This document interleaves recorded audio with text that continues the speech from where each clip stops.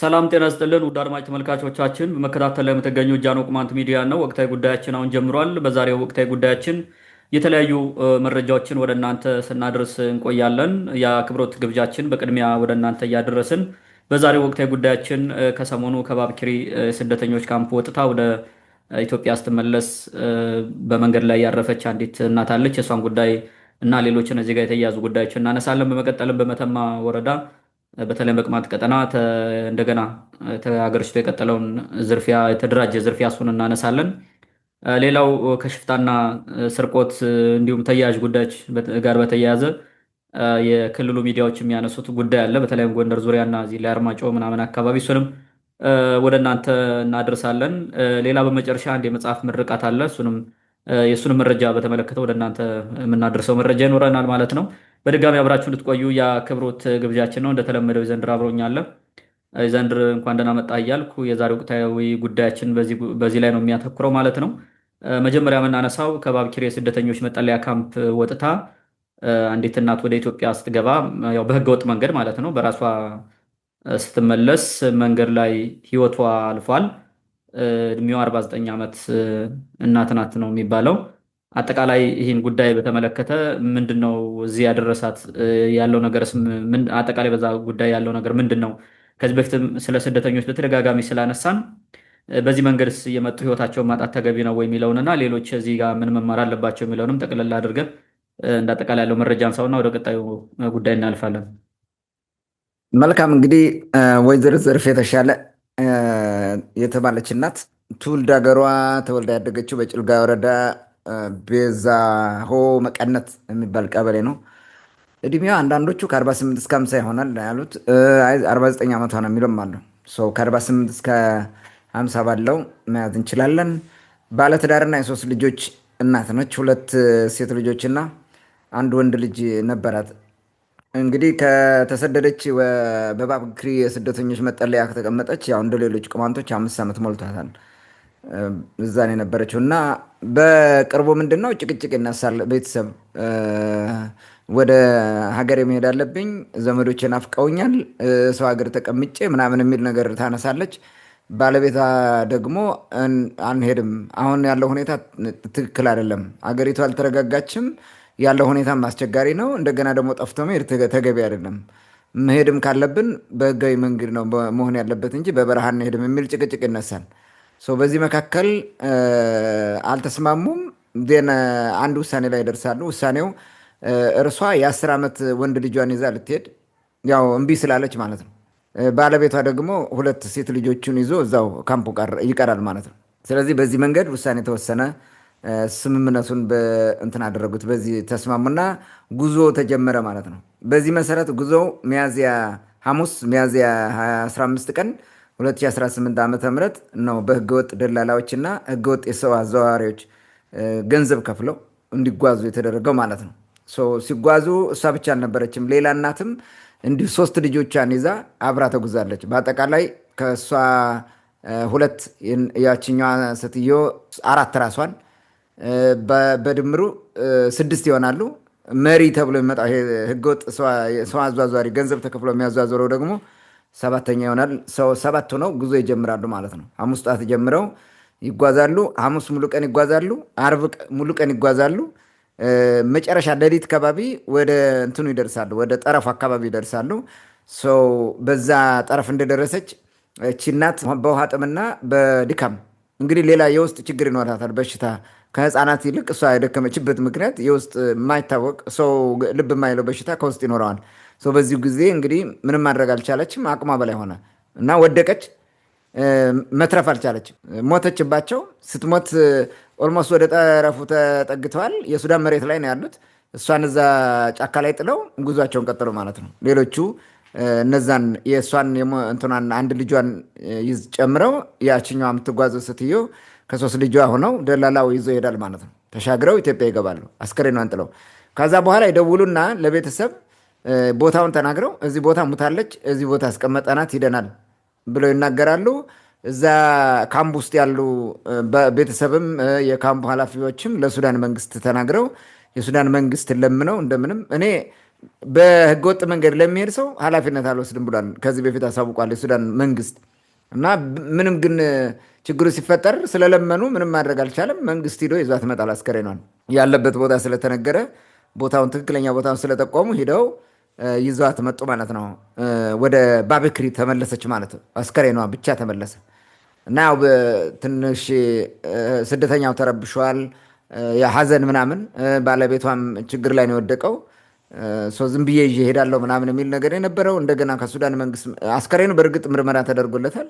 ከዛ በኋላ የሱዳን መንግስት ጋር ተነጋግረው የሱዳን መንግስት ደብዳቤ ጽፎ በመኪና ባለቤቷና የቀሩ 2 ልጆቿ በመኪና ጭነው በገላባት በኩል ሄዱ። ከገላባትን አሻግረው ከጣሏቸው በኋላ መተማ ላይ ከዚህ መኪና አምጥተው ከጭልጋ አካባቢ መኪና ሄዶ አስከሬና ወደ ጭልጋ የተወለደችበት ቦታ ሄዳ ተቀብራለች ማለት ነው። የሆነው ነገር ይሄ ነው።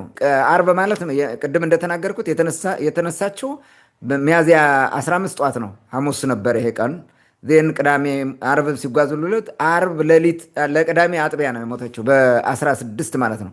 ሚያዝያ 16 2018 ዓመተ ምህረት ነው ያረፈችው ማለት ነው። በአጠቃላይ ይሄ ነው የሆነው። አሳሳቢ ጉዳይ ምንድን ነው እዚህ ጋር የሚለው ነገር የተወሰነ ነገር ላንሳ። መረጃው እንደዚህ በጥቅል ካቀረብኩት አሳሳቢ ነገር አንደኛ እዛ የተቀመጡ የወገኖቻችን በስደት የሄዱ ወገኖቻችን እንዴት መታገስ ያቅታቸዋል ነው። እንዴት ህይወታቸውን አደጋ ላይ እየጣሉ ለዛም ከፍለው እኮ ነው። በጣም የሚገርመው ከፍለው እንዴት ይመጣል? ይሄ አንደኛው ነገር ነው። ለምን መታገስ አይችሉም? ተደጋጋሚ የምንናገረው ነገር ነው። ባለፈውም ስናቀርብ ተናግረናል። አንዳንድ እናቶች ሆደ ቡቡ እየሆኑ እየተቸገሩ ነው፣ ያለቅሳሉ። አገሬ መሄድ አለብኝ ምናምን ብለው ያስባሉ። ከውስጥ ደግሞ ኢንስቲጌት የሚያደርግ ኃይል አለ። ይሄን በመቀስቀስ ለመሄድ ያዘጋጃሉ። ከውስጥ ገንዘብ ተከፍሎት ነው። በነገራችን ላይ ገንዘብ ይኸው አሁን ኢትዮጵያ ውስጥ ደላላ አለ፣ ዋና ደላላ ይሄን የሚመራ አለ። አይ ቲንክ አንዳንዶቹም ደጀን ነው የሚባለው ምናምን ይላሉ። ባለፈው አንስተነዋል። ይሄ ሰውዬ ግን 2 ነው ቡድኑ። አንደኛው ገንዘብ ሰብሳቢ ነው፣ እንደዚህ የህገወጥ ሰዎች ዝውውር የሚሰራ ነው በአቅሙ። ሌላው ደግሞ የብልጽግናው ካድሪ ሆኖ የሚሰራ ሰው ነው። የብልጽግና ካድሬውም ሁሉም እንደዚህ በህገወጥ ሚን ዋቴቨር እንዲመጡ ይፈልጋል። ያኛው ደላላ ደግሞ ገንዘብ ማትረፍ ይፈልጋል። ሰው እንዲንቀሳቀስ በማድረግ ያንን ሰው ያንቀሳቅሳሉ። ለምን? የሚከፈለው ገንዘብ አለ። በሱዳን 100,000 ነው የሚከፈለው። ኦምላ ይሁን ዋቴቨር ዲናር ይሁን አላውቅም። 100,000 ወደ ኢትዮጵያ ስታመጣ 5,000 ይሆናል። 5,000 ብር ይከፈለዋል በአንድ ግለሰብ። ይህ ሰው አሁን 7 ሰዎችን ይዞ ሲመጣ በ5,000 ማለት 35,000 ብር ያገኛል። ይሄንን ተከፍሎት ነው የሚመጣው። ስለዚህ ሁልጊዜም ቢዝነስ መስራት አለባቸው። ሰው ምን እንትን አለ መቀስቀስ አለበት፣ መቆስቆስ አለበት። እዚህ ተቀምጣችሁ እንዲሁናችሁ በየጊዜው የተለያዩ ነገር እየፈጠሩ እንትን ያደርጓቸዋል። እዛው ቁጭ ብለው ደግሞ ሆድ የሚያባቡ ሰዎች ደግሞ አሉ። እዛው ካምፕ ውስጥ ተገብተው ተደብቀው እንደዚህ አይነት ስራ የሚሰሩ ሰው እንዲሄድ ማለት ነው። መሄድ ነኝ እንዴት የድሮውን ጉዳይ እያነሱ እንትን ያደርጓቸዋል። የልባቸውን ያነሳሳሉ። በቃ ሆድ እንዲብሳቸው ያደርጓቸዋል። ከዛ በኋላ መሄድ ነው የሚሻለው፣ እዚያ ሀገሬ ብሞት ይሻለኛል ብሎ እንዲያስብ ያደርጉታል። አሁን የተረጋጋ ሁኔታ አለ እዛ። ባለፈው ተነጋግረናል፣ ዜናዎችም ሰርተናል።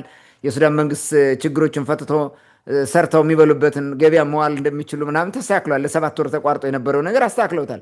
እስቲል አሁንም ያ እንትን ቢዝነስ መኖር አለበት፣ ሰው መንቀሳቀስ አለበት። ካልተንቀሳቀሰ እነዚህ ቢዝነስ አያገኙም። ስለዚህ ቁጭ ብሎ ይሄንን የሚያስተባብረው እንትን ይሄ ሸሄዲ ወይም መተማ ላይ ቁጭ ብሎ የሚያስተባብረው ግለሰብ ወይም ይሄ ከገንዘብ የሚሰሩት እንትን ያደርጋሉ፣ ያነሳሳሉ። በሚገርም ሁኔታ እነዚህ ሰው አዟዟሪ ከካምፑ አይደሉም ያሉት የሚኖሩት። ከካምፑ ያሉት ትንሽዬ ገንዘብ እየተወረወረላቸው ሰው የሚያዘጋጁ ናቸው። ከዛ በኋላ ይሄኛው ግን ምንድን ነው የሚያደርገው? ሲስማሙ ይሄን ያክል ሰው አለ ሲል ሰው ይልካል። ከኢትዮጵያ ይሄዳሉ። ከዚህ አሁን ሰው ይዟቸው የመጣው ከዚህ ሂዶ ነው። ሂዶ የተቃጠሩ ቦታ ይገናኛሉ፣ ይዟቸው ይመጣል። እንደዚህ ነው የሚሰሩት። ይሄ ቢዝነስ ነው፣ ገንዘብ ነው። ሆን ተብሎ አሁን ስለ ሰዎች ነፍስ ህይወት ምናምን ማንም የሚገደው የለም። በቃ ደሊብሬትሊ ገንዘብ ለመስራት ነው የሚሰሩት። ሰዎች ሞቱ አልሞቱ ዘይዶን ኬር። አሁን በውሃ ጥብ ሞተች የሚል አዟዟሪ ያስበው እንዴት ውሃ አይዝም ሲጓዙ? ማን ነው ተጠያቂው? ይሄ ህገወጥ አዟዟሪ እኮ ተጠያቂ ነው። ምክንያቱም ጉዞ ስታስጉዝ ማድረግ ያለብህ ነገር አለ። ሰዎቹ እንዳይሞቱ ጉዳት እንዳይደርስባቸው ፈርስት ኤድ ሁሉ የሚሆን ነገር እኮ ያስፈልጋል። ዝም ብለህ ብድግ አድርገህ አይደለም የምትወስደው። ስለዚህ ለገንዘብ ብለው ንጹሐንን እንዲያደርጉ ይዘው የሚሄዱ ነገሮች ናቸው። ሰው 2 ነገሩ፣ አንደኛ ራሱ ህብረተሰቡ እዛ ያለ ሰው አለመታገሱ፣ ሁለተኛ በህገወጥ መንገድ የሚያጓጉዘው ነው። እነዚህ ናቸው። 3ኛው የብልጽግናው ካድሪ። እነዚህ አሳሳቢ ነገሮች ናቸው። እነዚህን ለይቶ ማወቅ ያስፈልጋል። ብልጽግና ካድሪ ምንድን ነው የሚፈልገው? እዛ የሱዳን የቅማንት ስደተኛ የሚባል ሱዳን ውስጥ እንዲኖር አይፈልግም። በቃ ሁሉም መምጣት አለበት ብሎ ያስባል። ይህን ተንትነናል ባለፈው ለምን እንደሆነ። ይሄ ነው ይሄኛው ገንዘብ የሚፈልገው ስግብግብ ቡድን ደግሞ አለ። ገንዘብ የሚፈልግ በራሱ ወገኖች እንዲህ አይነት ግፍ እየሰራ የሚበላ ከርሱን የሚሞላ ማለት ነው። እና የህብረተሰቡ አለመረጋጋት ነው ይህን እንትን ብሏል። ስደተኛው በአሁኑ ወቅት ምንድን ነው ያለው አሁናዊ ሁኔታው የሚለውን ነገር የተወሰደ ነገር ለማንሳት ውይይት አድርገዋል። አይ ቲንክ ትናንት ይመስለኛል ብቻ ውይይት ተደርጓል። በዚህ ጉዳይ ለምን እንደዚህ ይደረጋል? አሁን የተሻለ ሁኔታ እያለ ለምን ተረጋግተን አንቀመጥም? ለምንድን ነው እንደዚህ የምታደርጉት የሚል ነገር አለ። እንግዲህ ምናልባት የሱዳን መንግስት ከውስጥ እንደዚህ እየቆሰቆሱ ሰዎችን በመላክ ከዚህ ከህገወጥ የሰዎች አዘዋዋሪ ጋር እየተገናኙ ለጥቅም ብለው ህብረተሰቡን እያነሳሱ እንዲሞቱ በበረሃ እየሄዱ ችግር እንዲገጥማቸው የሚያደርጉ ሰዎች እንዲያዙ አይነት ስራ መሰራት አለበት ነው። አይ ቲንክ እሱን እናደርጋለን የሚል አለ። ግን በየጊዜው ስልታቸውን ይቀያየራሉ፣ ይደበቃሉ። በፊት በይፋ የሚያደርጉት የነበረው ተደብቀው በተለያየ መንገድ ኢቭን ስልክ የደወሉ ምናምን ነው እንደዛ ሰው የሚያዘጋጁት ማለት ነው። ቢዝነስ ነው የሚሰሩት። በቃ እነዚህ ሌላ ነገር የላቸውም። እና ይሄ መታወቅ አለበት። ህብረተሰቡ ይሄንን መስራት አለብን የሚል ነገር አለ። አሁንም የሚቆም አይደለም እንደዚህ አይነት ነገሮች። ምክንያቱም የተሰደደ ሰው ሆደ ብቡ ነው። በተለይ ደግሞ ከተፈናቅሎ የማያውቅ እንደዚህ ሌላ ሀገር የሰው ሀገር ሄዶ የማያውቅ ይቸገራል። በተለይ ቅማንቱ እንደዚህ አይነት ነገር አይወድም። ያን ነው የሚጠቀሙት። እንደ ስስ ብልት ተጠቅመው የሚያፈናቅሏቸውና እንዲህ እያደረጉ ወደ በረሃ እየሳደዱ የሚገሏቸው የሚያስገድሏቸው ማለት ነው። መደረግ ያለበት ነገር አንደኛ ስደተኛው የቤት ለቤት የምክር አገልግሎት ማድረግ አለበት። ከዚህ በፊትም ተናግረናል። የቤት ለቤት ምክክር ያስፈልጋል። ምክር ያስፈልጋል። በጎረቤት ምናምን ተሰባስበው የሚጫወቱበት የሚዝናኑበት ነገር ያስፈልጋል። በስራ የሚጠመዱበትን ሁኔታ መፍጠር አለብን። ስራ ሲሰሩ ገንዘብ ያገኛሉ። መረጋጋት ይመጣል ማለት ነው። እኔ በጣም የሚያሳዝነኝ ምን ሆኖ እንትን እንደሚያደርጋቸው ማለት ነው። ወደዚህ ለመምጣት እንደሚያጓጓቸው ግራ ይገባኛል። በጣም ግራ የሚገባኝ ቤተክርስቲያን አለላቸው እዛ ምኑ ነው አሁን የጎላቸው? ቤተክርስቲያን አለ፣ መነገድ ይችላሉ፣ ስራ መስራት ይችላሉ፣ መሬት ተከራይተው መስራት ይችላሉ ተብሏል። ይሄ እያለ ለምንድን ነው አሁን ወደዚህ መጡት? እዚህ መጥተው እኮ ሰላም የለም። ይኸው ከብቶቻቸው ይዘረፋል። አሁን ቀጥሎ የምናነሳው አጀንዳ አለ። ከብት ይዘረፋል፣ ሌላም ነገር አለ፣ ብዙ ነገሮች ይደረጋሉ። ስለዚህ ይሄንን በመረዳት መታገዝ ጥሩ ነው። አሁን የሀገሪቱ ሁኔታ ማለት ጤነኛ አይደለም፣ አስቸጋሪ የሆነ ሁኔታ ነው። ሀገሪቱ ከተረጋጋች እኮ እኛም እነግራቸዋለን እኮ ኑ በሱዳን በኩል በዛኛው በስደተኞች ድርጅት በኩል ሆኖ እንዲመጡ አሁን መምጣት ትችላላችሁ የሚለውን ነገር እኮ እነግራቸዋለን። ግን አሁን መሄድ አይችሉም። ኮሚቴው ተጠራርጎ ታስሮ ባለበት ሁኔታ አሁን መቼ ምን እንደሚደረግ ቅማንት ላይ እኮ አይታወቅም። ተዘጋጅተው ምቹ ሁኔታ እኮ እየጠበቁ ነው። ይሄ ሁሉ ባለበት ለመምጣት መጓጓት የሚባለው ነገር እኔ አንዳንዴ ግራ ይገባኛል። ለምን 20 ዓመት አይቀመጡም? 5 ዓመት ረጅም ሆኖ ነው። ብዙዎቻችን እኮ በስደት ነው ያለ ነው። ለምን 5 ዓመት 100 ዓመትስ ለምን አይቆይም? ህይወታቸውን ከሚያጡ ለምን ይሞታሉ? ሰርተው መብላት እስከቻሉ ድረስ ማለት ነው። ከባድ ነገር ከመጣባቸው በህይወታቸው አደጋ ከሆነ እዛ ሙቱ አንለም። በቃ ጠፍተው ምን ብለው ይምጡ። ግን አሁን ምንም የለም። የተሻለ ከኢትዮጵያ የተሻለ ቦታ ነው ያሉት እና እሱን ቢያስቡበት ጥሩ ነው ለማለት ትፈልጋለሁ። ሌላው ጥብቅ ክትትልና ቁጥጥር መደረግ አለበት። ከመንግስት ጋር እየተነጋገሩ የስደተኛ ኃላፊዎች እና የካምፑ ይሄ ምንድነው ስደተኛ ያኛው ድርጅቱ ኃላፊዎች የኞቹ ተራይተው እሱን እንትን የሚመሩት እና የአካባቢው መንግስት ጋር ተነጋግረው ጥበቃ መደረግ አለበት። እንዲህ አይነት ነገር እንደዚህ በህገወጥ የሰዎች ዝውውር የተሰማራውን እንደምንም ጠብቆ መያዝ ያስፈልጋል እና እርምጃ መውሰድ ተገቢ ነው። እርምጃ መውሰድ ያስፈልጋል። እርምጃ እስካልተወሰደ ድረስ ይቀጥላል። እንደፈለገ ይሄዳሉ። ንጹሐን እያመጡ በበረሃ ይገላሉ። እኔ እኮ አንዳንዴ ገረመኝ። አሁን እነዚህ ወደ 4 የሚሆኑ ህፃናት ነው የተጓዙት። የ10 ዓመት የምናምን የሚሆኑ ነው። አስበው መንገድ ነው የሚሞቱት እነዚህ። እኛ በአጋጣሚ እናት ነው የሞተችው። ግን ልጆች እንዴት ተቋቁመውት መጡ የሚለው ራሱ ይገርመኛል። እነዚህ ነገሮች መታሰብ አለባቸው ባይ ነኝ። አመሰግናለሁ። ለሰጠን መረጃ ከልብ አመሰግናለሁ።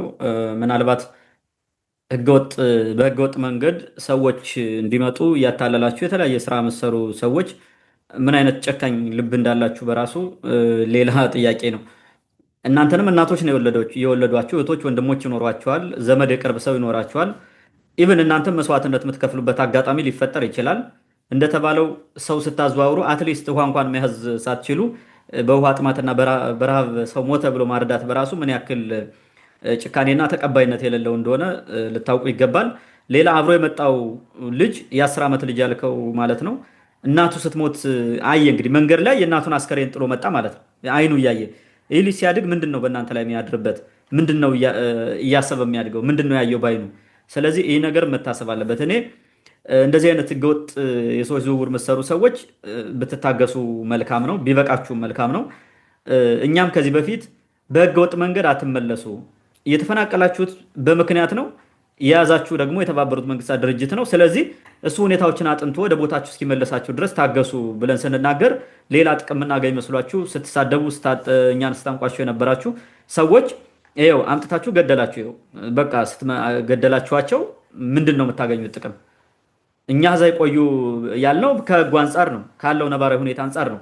ግን በህገወጥ መንገድ እንዲመጡ እያደረጋችሁ እንዲያልቁ የምታደርጓቸው፣ ዘራቸው እንዲጠፋ የምታደርጉ ሰዎች ብትታገሱ መልካም ነው። ሌሎቻችሁም ከዚህ ልትማሩበት ይገባል። አትሊስት ተነጋግሮ በጋራ የሆነ ነገር ወስኖ በጋራ ጉዳይ ወስኖ በጋራ መምጣት እኮ ያለ ነው። ግን እንደዚህ በተናጠል እየመጣ ማለት ግን ተገቢ እንዳልሆነ ልታስቡበት ይገባል ለማለት ያክል ነው።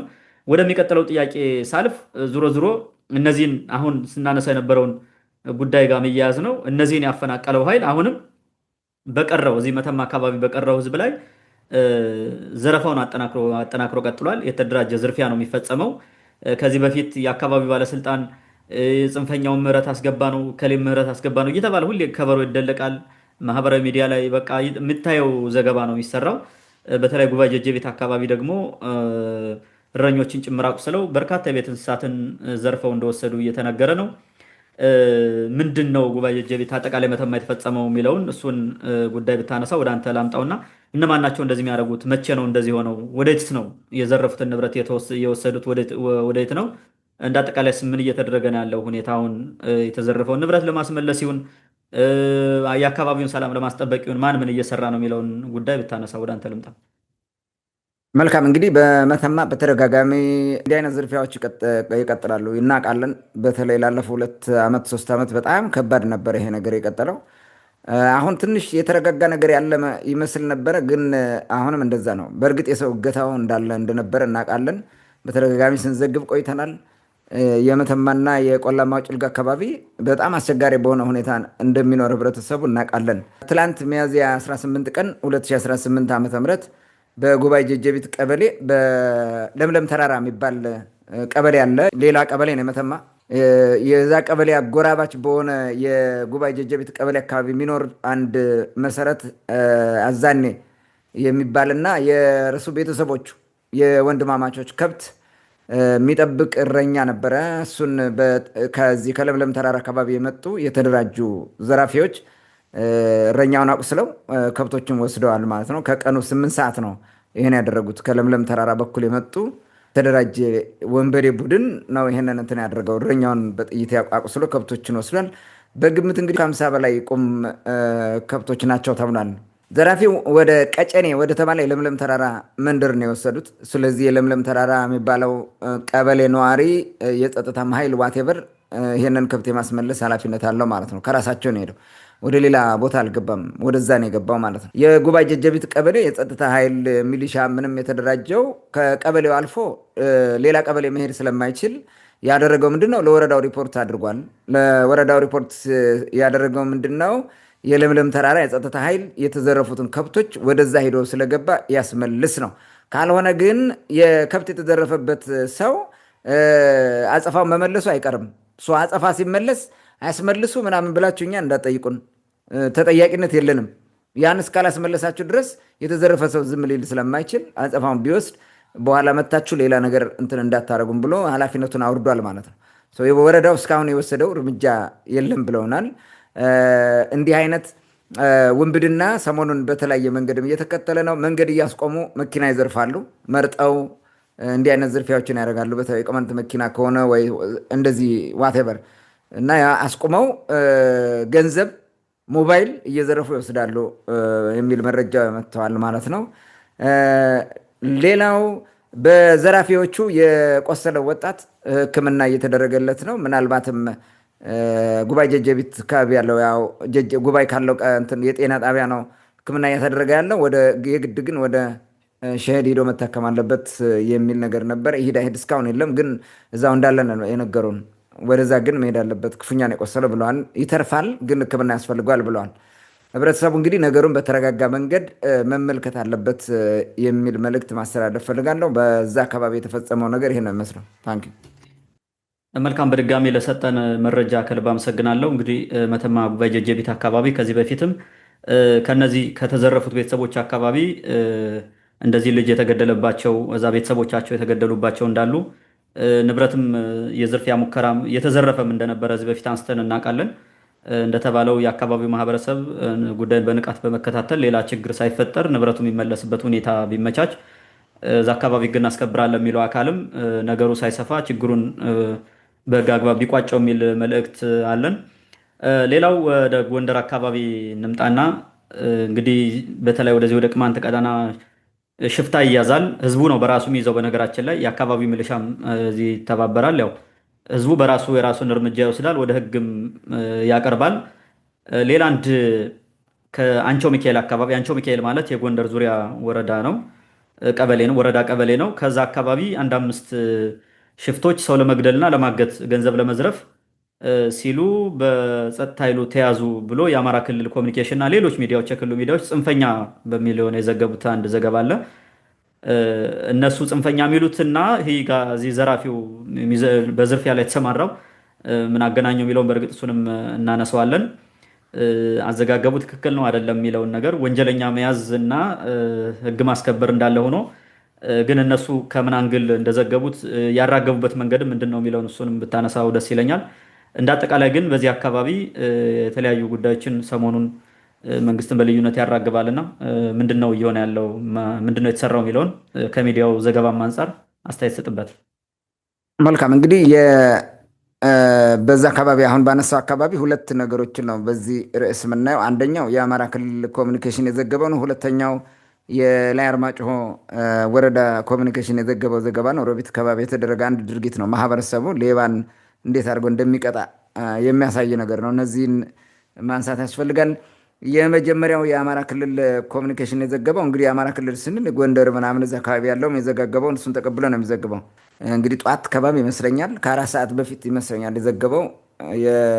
እሱ ማንበብ ጥሩ ነው። በጎንደር ከተማ ሰው ለማገትና ለመግደል ተዘጋጅተው የነበሩ 5 ተጠርጣሪዎች ተያዙ ነው የሚለው ርዕሱ። ከዛ በጎንደር ከተማ አስተዳደር አንቸው ቀበሌ ውስጥ ሰው ለማገትና ለመግደል ተዘጋጅተው የነበሩ 5 የጽንፈኛ ቡድን ተጠርጣሪዎች ነው። ልብ በል እችኛዋን አስምርባት፣ በኋላ እንነጋገርበታለን። የጽንፈኛ ቡድን ተጠርጣሪዎች በጸጥታ ኃይሎች ቁጥጥር ስር መዋላቸው ተገልጿል አለ። ሰው ለመግደልና ለማገት ነው የሚለው፣ ለማገትና ለመግደል ነው የሚለው መሰረታዊ ዓላማቸው ይሄ ነው እና ጽንፈኛ ያስብላቸዋል ይሄኛው ማለት ነው። ጽንፈኝነት ከምን ጋር ሊያዝ እንደሚችል ማየት ስለሚያስፈልግ ማለት ነው። ቀጥሎ ምን ይላል? መረጃው እንደሚያመለክተው ተጠርጣሪዎቹ ከህብረተሰቡ በተገኘ ጥቆማ መሰረት በአንድ ግለሰብ መኖሪያ ቤት ውስጥ ተሰብስበው እያሉ በፖሊስ እና በሌሎች የጸጥታ አካላት በተቀናጀ እርምጃ ተይዘዋል ነው የሚለው። ቤት ቁጭ ብለው እያሉ ነው ፖሊስና እንትን የያዛቸው ማለት ነው። ኦኬ። የጎንደር ከተማ ፖሊስ መምሪያ ከአንደኛ ፖሊስ ጣቢያና ከሌሎች የጸጥታ ኃይሎች ጋር በመቀናጀት የአስፈጻሚ እርምጃ ወስዶ በተኩስ ልውውጥ ምንም አይነት የሰው መስዋዕትነት ሳይኖር ተጠርጣሪዎቹን በቁጥጥር ስር መዋሉ ተገልጿል ይላል። ምንም ልጆች አልተኮሱም፣ በተኩስ ልውውጥ ነው የሚለው እና ምንድን ነው የተደረገው? መረጃው የሚያመለክተው ልጆቹ የወደ ሰው ቤት ገብተዋል። የቤቱ ባለቤት ሌላ ቦታ ነው፣ ሰርግ ነው ምናምን ሄዶ ሌላ ቦታ ነው አልነበረም። አጋጣሚ እነሱ እዛ ቤት ገብተዋል። ይህም መረጃ እንትን ሲላቸው መጥተው ከበባ ያደረጉና ዙሪያውን ቃውጥ ያደረጉት ተኩስ ፖሊሱ ምናምን የመጣው ማለት ነው። ቃውጥ ያደረጉት ልጆቹ ምንም አልተኮሱም። ቤት ውስጥ ነው ያሉት። ምንም የተኮሱት ነገር የለም። አሁን የተኩስ ልውውጥ ይላል፣ እራሳቸው የተኮሱት። ቃውጥ ያደረገው በነገራችን ላይ ስጋት፣ ፍርሃት፣ ጭንቀት ነው። ምን አሁን ጀብዱ የሰሩት ያክል አስመስለው ነው የሚያራግቡት እንደዚህ ባሉ 5 ሌባ ለመያዝ ይህን ያክል ጭንቀትና ፍርሃት፣ ይህን ያክል ጥይት ቃውጢ ማድረግ ምን እንደሆነ ግራ ነው የሚገባኝ። ልጆቹ ሌባ ናቸው፣ ዘራፊ ናቸው፣ አጋች ናቸው ብለዋል። ኦኬ ወንበዴ ቡድን ነው፣ ምንም ችግር የለውም። ወንበዴ ደግሞ ማንንም የሚዘርፍ ነው እና እዚህ ጋር ትልቅ የሆነ ጀብዱ እንደሰሩ አይነት አድርገው ያቃወጡት ማለት ነው። በስም ዝርዝርም ራሱ ገልጸዋቸዋል እነዚህን ማለት ነው። እና ምንም በተኩስ ልውውጥ ምንም አይነት የሰው መስዋዕትነት ቢተኩሱ ኑሮ ይተርፉ ነበር። ቢተኩስ ኑሮ በሁለቱም ወገን ያልቅ ነበረ። ግን አልተኮሱም። እነሱ ኦልሞስት ከተከበቡ ምንም ማድረግ አልፈለጉም። ዝም ብለው ተይዘዋል። ሌቦችም ናቸው። ጽንፈኛ ቢሆን ዝም ብሎ ይያዘው ነበር። ቅድም ከላይ አይተናል አይደል? ጽንፈኛ ብለው ሲያወሩ ጽንፈኛ የሚሉት እነሱ እንግዲህ የቅማንት ኮሚቴ ላለማለት ነው። ይህን ነው ያሰሩ ኮሚቴዎች እዛ አስቀምጠው ጽንፈኛ እያሉ ነው ያሰሩት። ልብ በላሁን የጽንፈኛ ቡድን ይላል ወስዶ ሲያገናኝ የቅማንት ምድር የትኛው ጽንፈኛ ነው? ፋኖ ነው። ፋኖ እኛ ጋር አለ እንዴ ለመሆኑ ቅማንት ውስጥ? ስለዚህ ምንድን ነው አሁንም እዛው ድንቁርናቸው ውስጥ ነው ያሉ ማለት ነው። ጽንፈኛው ምናምን እያለ ይናገራል። ሂዶ እንደዛ ተኩስ ያደረገው እዛ የታጠቀ ኃይል ቢሆን ለዓላማ የተሰለፈ ቢሆን ስትመጣ ግንባርህን ይላል። እንዲያውም አይሸነፍም ነበር። ፖሊስ ነው እንደዛ ይዞ የሚይዘው አይዘውም በፍጹም እንደዛ። ይህ ውሸት ነው። ሲጀመር እንዲህ አይነት ዘገባ አትዘግቡ። በቃ ሌባ ተይዟል ጽንፈኛ ምናምን የሚል ፖለቲካ መስራት ይሄ ዝም ብሎ ውርደት ነው። ሸም በጣም የሚያስጠላ ነገር ማለት ነው። መንደር ውስጥ እዛ አሁን አርባባ አካባቢ አርባባ እኮ ነው ያዟቸው። አርባባ የተቀመጠ ጽንፈኛ እንዴት ነው የምታገኘው? እዛ ውስጥ ምን ሊያደርግ ነው? አሁን የሆነ ራሱን ታጥቆ ለመብቱ ለሆነ ዓላማ ያለው በቃ እርምጃ መውሰድ። ጽንፈኛ የሚሉት እነሱ መንግስትን የሚቃወም ማለት ነው። እንደዛ ቢሆን ዝም ብሎ ይዛል። ሲጀመረ አንድ ቤት ሲገባሉ ዝም ብሎ ሄዶ ተጎድጉዶ ቁጭ ይላል። ይሄ ዝም ብሎ ውሸት ነው። ባለፈው ህብረተሰባችን በጣም የሚያስደንቅ ነው። ቅማንት ምን አድርጓል? ከትክል ድንጋይ ወደ ጎንደር ሲመጣ የነበረ በጥሩ ሰዓትም ባይሆን ሹፌር ዝም ብሎ በግድልኝ ሂዶ ነው ኪዳነ ምሕረት አካባቢ ታገተ። ህብረተሰቡ አሳዶ አጋቹን ያዘው፣ ከተማ ለከተማ ዞረው። ሴምቲንግ ከዚህ በፊትም እንደዛ አድርገዋል።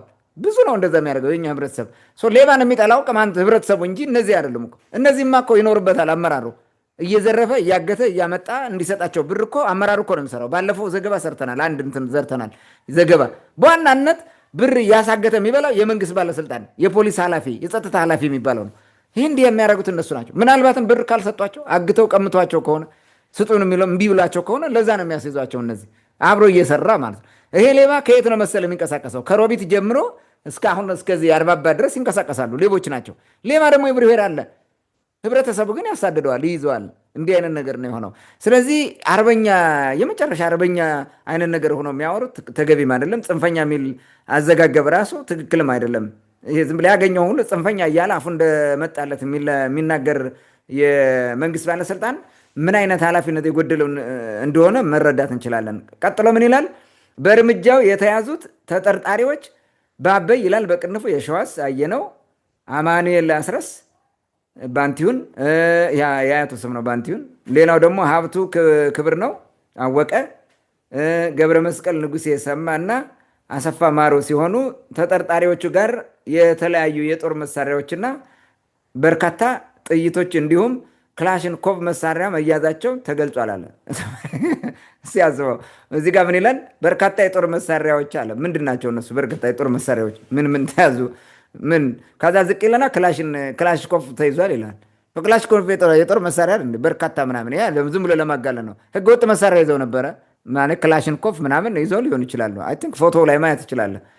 ዝም ብሎ ሲያጋድኑት ማለት በርካታ የጦር መሳሪያ ምናምን ያዳንቁታል። የለጠፏቸው ፎቶ እኮ የሚታይ ነገር ነው። ክላሽንኮቭ መያዛቸው ተገልጿል። ህገወጥ መሳሪያ ይዘዋል። የሳው ይዘዋል።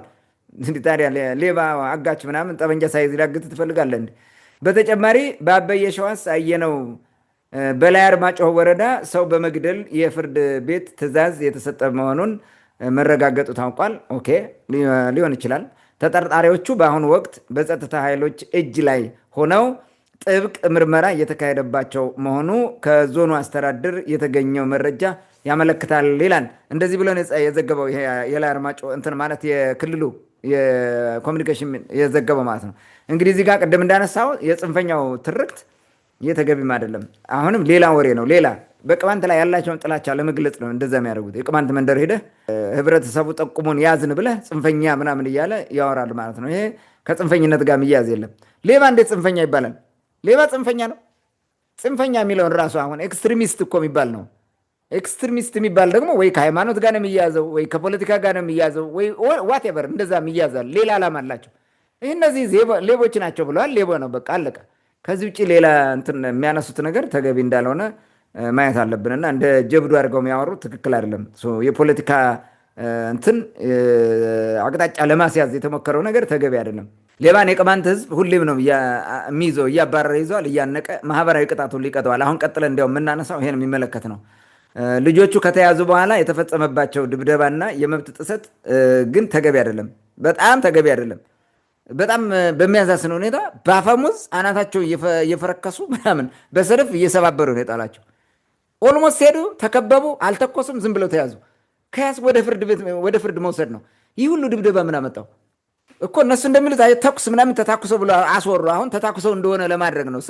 አልተኮሱም። ጠመንጃቸውን ቸቅ ማድረግ ይችላሉ። አልተኮሱም። እነሱ ዝም ብሎ ነው የተያዙት። ተከበቡ፣ ተያዙ። ግን ይዘው ሰባብረው ጣላቸው። እጅ ከሰጠ በኋላ እንዲህ አይነት ድብደባ እንስሳነት ነው፣ ፈሪነትም ነው። ከያዝክ ይዘሃል፣ ወደ በቃ ፍርድ ቤት ትወስደዋለህ። ወንጀሉን ጠቅሰህ ከሰህ ማስቀጣት ነው። አለቀ ነገር። ማስረጃ አቅርበህ እንጂ እንዲህ አይነት ድብደባ የሚባል ነገር በሰብአዊነት ላይ የሚፈጸም እንትን ወንጀለኛ የሚሆን ዋቴቨር ለምን በሰብአዊ እንደዚህ አይነት እርምጃ ትወስዳለህ? ኦኬ ተጨባጭ ጉዳት ሊያደርስ ሊገልህ ምናምን እየተተኮሰ ከሆነ ምናምን ወይ መደባደብ ካለብህ ግዴታ ሆኖ ከሆነ ኦኬ። እጁን የሰጠ እንዴት ይደበደባል? ሰው በሰደፍ በአፈሙዝ በዱላ እየቀጠቀጥክ ማለት ነው። እንዲህ አይነት ከስብና የወጣ ስራ ብታቆሙ ጥሩ ነው። ያ የሚመለከተው ማለት ነው። እና መረጃ እኛ ብቻ ነን ያለን ብላችሁ ከሆነ እኛ በደንብ ዴይ ቱ ዴይ ነው የምናገኘው እያንዳንዱ የሆነውን ነገር ማለት ነው።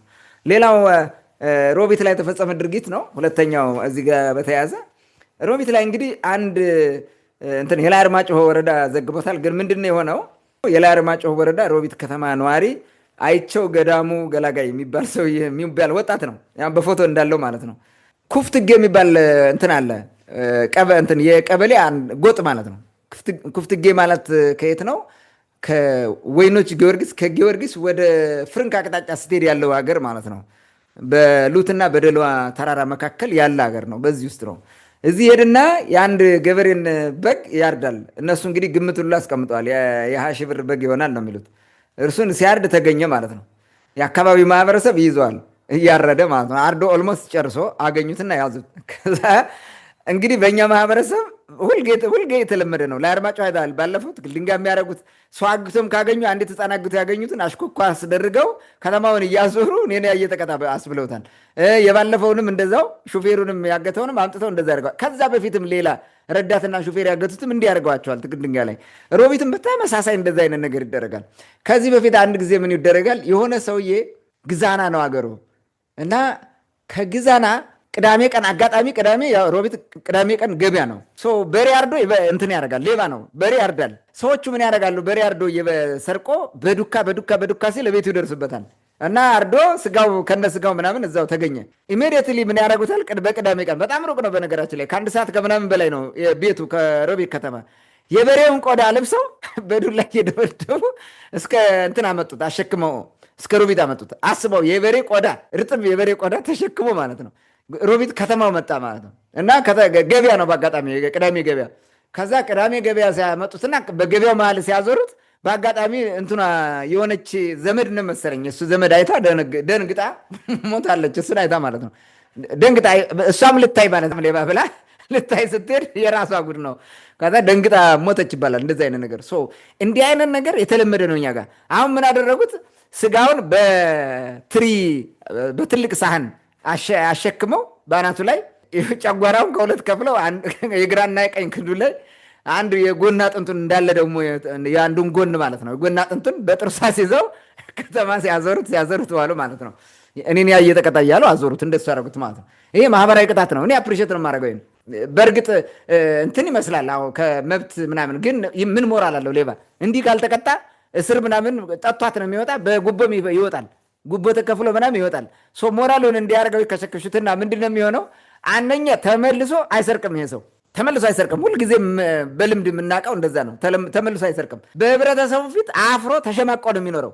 ቀና ብሎ መሄድ አይችልም። እንዲህ አይነት ቅጣት ማለት ነው። ከዛ በላይ ደግሞ ምን ያደርጋሉ? ትዳር ምናምን የሌላቸው ከሆነ ቤት ምናምን መሬት የሌላቸው ከሆነ አገር ለቀው ይጠፋሉ። ከዚህ ይጠፋሉ፣ ሌላ ቦታ የሚሄዱት ማለት ነው። ስለዚህ እኔ ይሄ ጥሩ ማህበራዊ ቅጣት ነው ብዬ እንትን እላለሁ። ሁልጊዜም ይሄ ቅማንት ባህል ነው። በተለይ ለአርማጭሆ ሁልጊዜ እኔ ይሄን አውቃለሁ፣ እንዲህ ማድረጉ ማለት ነው። እኔ አፕሪሼት አድርጌያቸዋለሁ። እንዲህ መቀጠል አለበት። ሌባ እንዲህ ሆኖ መቀጣት አለበት። ግን በመሰረታዊ በሆነ ነገር ሌባን ህብረተሰቡ ይሄ የራሱ ሜካኒዝም ነው።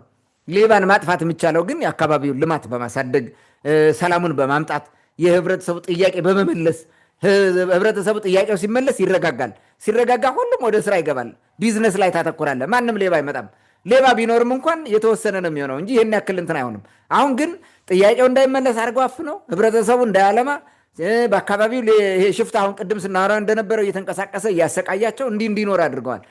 ስርዓት አልበኝነት ከሞላ እንዲህ አይነት ስርቆት ምን ጊዜም አለ። ዘላቂ መፍትሄ ነው ብዬ አላምንም። ግን ህብረተሰብ የሚወስደው ስለሆነ አፕሪሼት አደርጋለሁ እንደ ህብረተሰብ። ሌባን የሚጸየፍ ህብረተሰብ ሊመሰገን ስለሚገባው ነው ያ እንጂ ልጁ እንደዚህ ሞራሉ ተከሸከሸ። በደንብ አድርገው ከሽከሹ፣ ጥሩ አድርገው ማንስረቅ ብሎታል። መጀመሪያ ለምን ወገኖቹ ቅማንት ይረዳዳል። የማውቀው ማንም እምቢ አይለውም። ቸግሮኛል ብሎ ዘመዶችን ቢጠይቅ ይሰጡታል እኮ ይሰጡታል። አግዙኝ ቢል ያግዙታል፣ እንዲቋቋም ያደርጉታል። ልምድ እየሆነበት ሂዶ ይሰርቃል። እንደዚህ አይነት ነገር ይሄ ተገቢ አይደለም።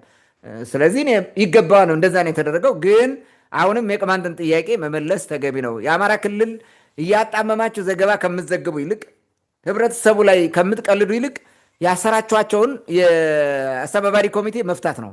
በፍጥነት መፍታት፣ የህብረተሰቡን ጥያቄ ህዝቡ በወሰነው መንገድ መመለስ እና ህብረተሰቡ እንዲረጋጋ ማድረግ ተገቢ ይመስለኛል። ዝም ብሎ እንዲያደርገው መቀለድ ግን ተገቢ አይደለም። በምንም መንገድ በኋላ ዋጋ ይከፍላሉ። ራሳቸው ነው ዋጋ የሚከፍሉት። የቅማንት ጥያቄ እንደሆን ተዳፍኖ አይቀርም። ከዚህ ጋር ባልሆነ ነገር ለማስያዝ ከሌባውም ጋር ከጽንፈኛ ምናምን እያልክ ለማውራት መሞከር ግን ተገቢ ነው ብዬ አላምንም። ታንኪዩ። መልካም። እንዳጠቃላይ እንግዲህ በዚህ ከሽፍታና ከስርቆትም ጋር በተያያዘ ለሰጠ መረጃ ከልብ አመሰግናለሁ። ምናልባት አንዳንድ ሀሳቦችን ለመጨመር ያክል ይሄ የአማራ ኮሚኒኬሽን ኢቨን የክልሉ ሚዲያ ምንድነው የሚባለው የአማራ ሚዲያ ኮርፖሬሽን የሚባለው እሱም ሳይዘግቡ አይቀርም ያየሁት ይመስለኛል። እንዳልከው እነሱ ሌላ መልክ አስይዘው ነው የዘገቡት። ህዝቡም ዝም ያለበት ምክንያት ልጆች ሌባ ዘራፊ ስለሆኑ ነው እንጂ ከሌላ አንግል እነሱ በሚሉት አንግል ቢሆን እርግጠኛ ነኝ አሳልፎ አይሰጣቸውም ይሄ ነበር። ስለዚህ ሌባ ነው፣ ሌባን ከያዝክ ሌባ ነው፣ በዛ መንገድ ነው መያዝ ያለበት። ሌላ እንግዲህ ተጠርጥረው ወንጀለኛ የጽንፈኛ አባል ናቸው ተብለው ተጠርጥረው ነው የሚለው። ጠርጥሮ ይዞ ቅድም እንዳልከው ያን ያክል የሰብአዊ መብት ጥሰት ፈጽሞ ከሆነ እንግዲህ ሌላ ጉዳይ ነው። ባህላቸው ነው በነገራችን ላይ እንደዚህ ማድረግ። ታስታውስ ከሆነ የዛሬ ዓመት አካባቢ ወለቃ ከኩረበረብ ወንዙ ሸገር ብሎ ወደ አርባ አቅጣጫ ምግብ ቤት ቁጭ ብሎ የሚበላን ወጣት በአፈሙዝ ቀጥቅጦ እየገደለው ዘገባም የሰራንበት ነበርና እንደዚህ አይነት ነገሮችን ማድረግ የለመዱት ነው። እንደዚህ አይነት ነገር ያው የተለመደ ስለሆነ ጽንፈኛ ምናምን እያሉ የሚዘግቡት አንዳንዴ ድል የናፈቃቸው ይመስለኛል። አሁን ፋኖ በሚያደርገው ነገር በየአካባቢው በጣም ብዙ ጥፋት እያደረሰ ስለሆነ እችን እንግዲህ እንደ ትልቅ ድልም ቆጥረዋትም ሊሆን ይችላል። ምናልባት ግን አንዳንዴ ዝም ብሎ እንደዚህ አይነት የተጋነነ ዘገባ በመስራት ለመርካት መሞከር ትክክል አይደለም፣ ብታስተካክሉ የሚለውን ሀሳብ መስጠት ፈልጋለሁ። በዛ ባለፈ ግን ሌባን ከህዝብ ጋር አሳዶ መያዝ፣ ህግ ማስከበር ግዴታችሁ እንደሆነ ማወቅ አለባችሁ። ሌላው እዚህ ከሮቢቱ ጋር በተያያዘ አንዳንድ ሀሳቦችን ለመጨመር ለአርማጭሆ እዚህ በፊትም ይታወቃል በስም ክብር አላቸው ትልቅ ሰዎች ናቸው ተብለው ሜቢም በሆነ ወቅት ስልጣን ላይ የነበሩ ጭምር ከዚህ በፊት ትክል ድንጋይ አካባቢ በስርቆት ወንጀል ምክንያት የከብት ቆዳ ለብሰው የዞሩ እንዳሉ ትልልቅ ሰዎች ያወራሉ። እኔ አንድ በቅርብ ማውቀው ስሙን መጥቀስ አልፈልግም ተማሪ ነበር ነው 11 ወይ 12ኛ ክፍል ዶሮም ይሰርቃል ፍየልም ይሰርቃል እና የሆነ ጊዜ ዶሮውን ማስይዘው የፍየሉን ቆዳ አልብሰው የፍየሉን ጭንቅላቱን በታልማ እንደዚህ አስረው አንገቱ ላይ አሸክመው ባፉም በስጋም ጨጓራ ምናምን አሸክመው ይዞት ይመጣሉ። እዛ ፍርድ ቤት እንደውም እዚህ ከጎንደር ወደ መተማ ወደ ሁመራ በሚሄደው መስመር ካሳ የጫነ መኪና የዳሽን ካሳ እሱን እያወረዱላ የሚሸጡ ነበሩ። መጨረሻ ላይ ተይዘው እንደዛው ነው ተዋርደው ወደ ፖሊስ ጣቢያ ገቡ። ተፈርዶባቸው ወደ ፍርድ ቤት ከተላኩ በኋላ በምን አግባብ እንደሆነ አይታወቅም ከሆነ ዓመት በኋላ ፖሊስ ሆነው ተመድበው መጡ። እዛ አካባቢ ማለት ነው ፖሊስ አድርገው ይዟቸው መጡ። እዛ በለመዱት መንገድ ላይ ሰውን መቀጥቀጥ እንደዚህ በተለይ የበዓል ቀን ምናምን ሲሆን ማዋረድ ጀመሩ። እንደውም የሆነ ጊዜ ሰው እየደበደበ አንደኛው ዶሮዋን የሰረቃት ሴትዮ ቁጭ ብላ ገበያ ዋልጌ መቆሚያ የሚባለው አካባቢ እየሸጠች ስታየው እሱ ነው እንዴ ዶሮ ሌባ አንተ ዶሮ ሌባ ምናምን ብላ ስትለው እንዴት ተሸማቆ እንደጠፋ እና እዛ አካባቢ ያሉ ሌቦችን መልሶ ፖሊስ የጸጥታ ኃይል ማድረግ ምናምን የተለመደ ነው። በነገራችን ላይ ባለስልጣን ዘመዶቻቸው ምናምን ካሉ ያ ቅድም ያነሳው ህፃናት ተሸክሞ ሄደው የተለያዩ ነገሮች ይደረጋሉ እና ለአርማጭሆ አካባቢ እንግዲህ እንዳልከው የህዝቡ ባህል ነው። ሌባን የሚቀጣበት መንገድ ነው። ምንም ማድረግ አይቻልም። እንዳልከው ሌባ ደግሞ ሞራል የለውም። ስለዚህ ይህን ያክል የመዝረፍ በግን ያክል ቆልሞ የማረድ ከብትን ያክል ዘርፎ የመውሰድ አቅም ጉልበት ካለው ለምን ሰርቶ አይበላም የሚለው ጉዳይ መነሳት ስላለበት በዚህ አጋጣሚ የምትዘርፉ ሰዎችም ወደ ቀልባችሁ ብትመለሱ የሚለውን ሀሳብ ማንሳት ፈልጋለሁ። በመጨረሻ አንድ ጥያቄ ላንሳና የዛሬው ውይይታችን እንዝጋ። ቀጣይ እሑድ አንድ መጽሐፍ ይመረቃል። የቅማንትን ታሪክ የተመለከተ አይከሊስት የሚል መጽሐፍ ይመረቃል እየተባለ ነው። እንደ አጠቃላይ መጽሐፉ ምርቃት በተመለከተ የጻፈውስ ማን ነው፣ ምን ላይ ነው ትኩረቱ የሚለውን ምናልባት በምርቃቱ መገኘት ያለባቸው ሰዎችም ካሉ መልእክት ማስተላለፍ ከፈለግ ወደ አንተ ልምጣና በዚህ ጉዳይ ሀሳብ ስጥበትና የዛሬው ውይይታችን በዚህ እንዝጋ። መልካም እንግዲህ መጽሐፍ ተጽፏል። አይከሊስት ነው የሚለው ርዕሱ። ያው ከእሜት አይከል ጋር በተያያዘ ነው ርዕሱ የተመረጠው። ታስታውስ ከሆነ ከዚህ በፊት አንድ ውይይት ተወያይተን ነበረ። ሐኪም አበበች ስለ አይከሊስት ያቀረበችው ሀሳብ ነበረ። የኖህን ሚስት ነው እኛ አይከል የምንላት፣ እሷ ደግሞ የኖህ አማት ነች በሚል ዋቴቨር ጥሩ የሆነ ነገር እንዳላት አድርጋ አቅርባ ነበረ። በተለይ የሴቶች ኮንትሪቢሽን ሀገር ከመጠበቅ አንጻር፣ ሀገር ከማልባት አንጻር፣ ዜጎችን ከመጠበቅ አንጻር ጥሩ ጥሩ ነገሮችን አቅርባ ነበረ እና ከአይከል ጋር የተያዙ ነገሮች ነበራት። አይከሊስት ብሎ ርዕሱን መርጧል። እንግዲህ አይ ቲንክ ታሪክ ቀመስ የሆነ ልቦለድ ሊሆን ይችላል። ታሪክ አይ ቲንክ መጽሐፉን ዲቴይል ስላላነበብኩት እንደሚመረቅ ግን እርግጠኛ ነኝ። አሁን በሚቀጥለው እሁድ ከቀኑ 3 ሰዓት ጀምሮ በአዲስ አበባ ከተማ መገናኛ በሚገኘው ቤተልሔም ፕላዛ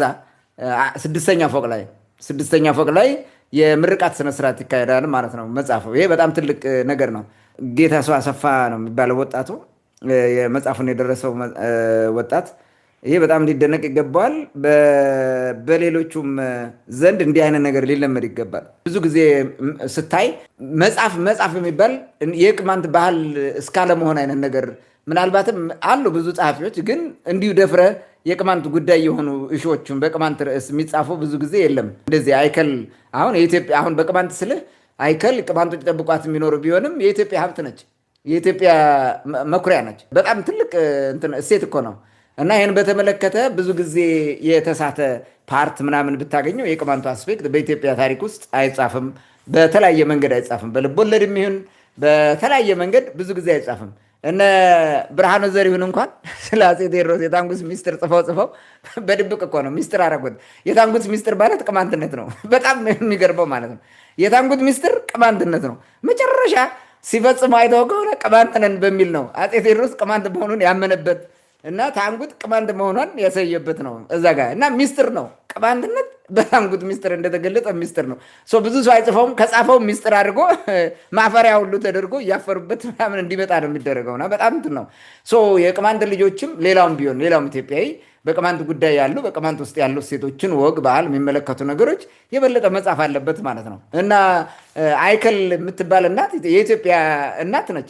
ይችን የኢትዮጵያ እናት ማንም ሰው ልክ እንደ ሐኪም አበበች በድፍረት ሊናገር ይገባል፣ ሊያብራራ ይገባል። አሁን ትልቅ ችግር የሆነው ምንድነው? ብዙ ሰው የቅማንቱ ጉዳይ እንደ ማፈሪያ አድርገው ወሰዱት። በተለይ ወደ ሌላ ማንነት የተቀየረ ማህበረሰብ እና የተቀየረ ቡድን የሚመሩ እኛ የበላይነን ብለው የሚያስቡ ልሂቃን ይሄ እንዲጠፋ ነው የሚደረገው፣ እንዲታፈን ማለት ነው። ባህር ዳር የሆነውን ታስታውሳለህ?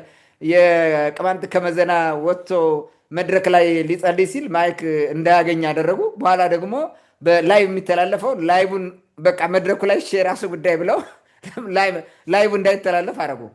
ማይኩን ውጭ ወስደው እንትኑን ምንድነው የቪዲዮ ካሜራውን ከውጭ አድርገው ላይቡ ከውጭ እንዲሆን አድርገው ሳይሰማ በላይቭ እንዳይተላለፍ አድርገው ቀርተዋል። በጣም በሚገርመው እና ያም ሆኖ የውስጥ ያሉ ሰዎች ራሱ የሚቀርጹ ቪዲዮ በምናምን የሚቀርጹትን ካሜራችሁን የሞባይል ካሜራችሁን ዝጉ፣ በክርስቶስ ስም አውግዣችኋለሁ እስከ ማለት ደርሰዋል።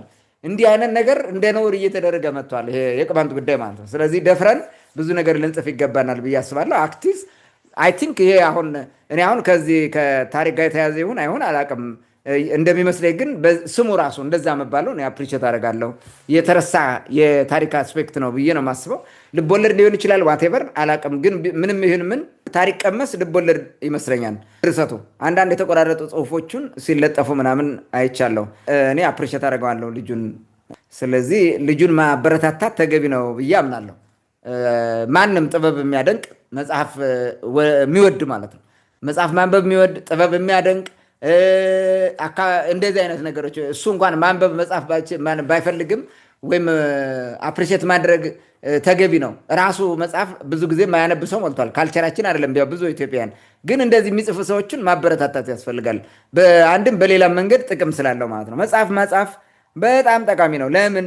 አንደኛ ታሪክን ለትውልድ ያስቀራል፣ ተጽፎ ስላለ ማለት ነው።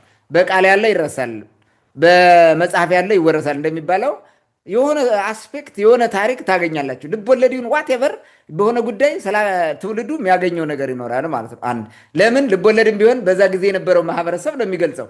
በመሬት ላይ ያሉ ሰዎች ባይሆኑም በገጸ ባህሪያት ተወክለው የሚሰሩ እንደዛ ስለሆነ ማለት ነው።